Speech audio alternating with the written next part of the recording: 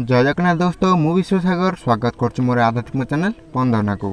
Friends आज आम कथा दृष्टिकोण विषय में चलता भिडियोटी आरंभ करवा। आपण लोक मानक एमती कहबार शुणुवे जे किए भारी अहंकारी तार दृष्टिकोण भल नुहे एमती किछि। मोर आपण मानक गोटे प्रश्न, आपण देखुं कौन दृष्टि ना दृष्टिकोण रे भावतु चिंतार पड़ जाइए। आपण दृष्टि कौन से वस्तु बा कौन से व्यक्तिर बाहर रूप को देखा था, किंतु दृष्टिकोण आपन को सीधा वास्तव रूप को देखा था।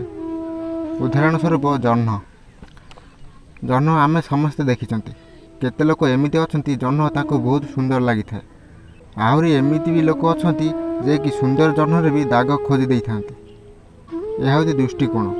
जदि आपण दृष्टिकोण रे भल पाइबा स्नेह आदर रखिए बदल में आपण को भी भल पाइबा स्नेह आ सम्मान निश्चिंत मिल। भगवान को जो पानी रे गाधे दि जाए से पानी को चरण अमृत कहुए। कारण हूँ दृष्टिकोण।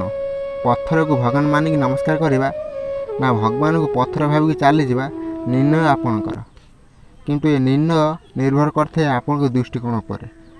से आपण दृष्टिकोण शुभ रखु। फ्रेंड्स आज मैं एति भिडियोटी भल लगे like comment share and subscribe करने भूल। जय जगन्नाथ।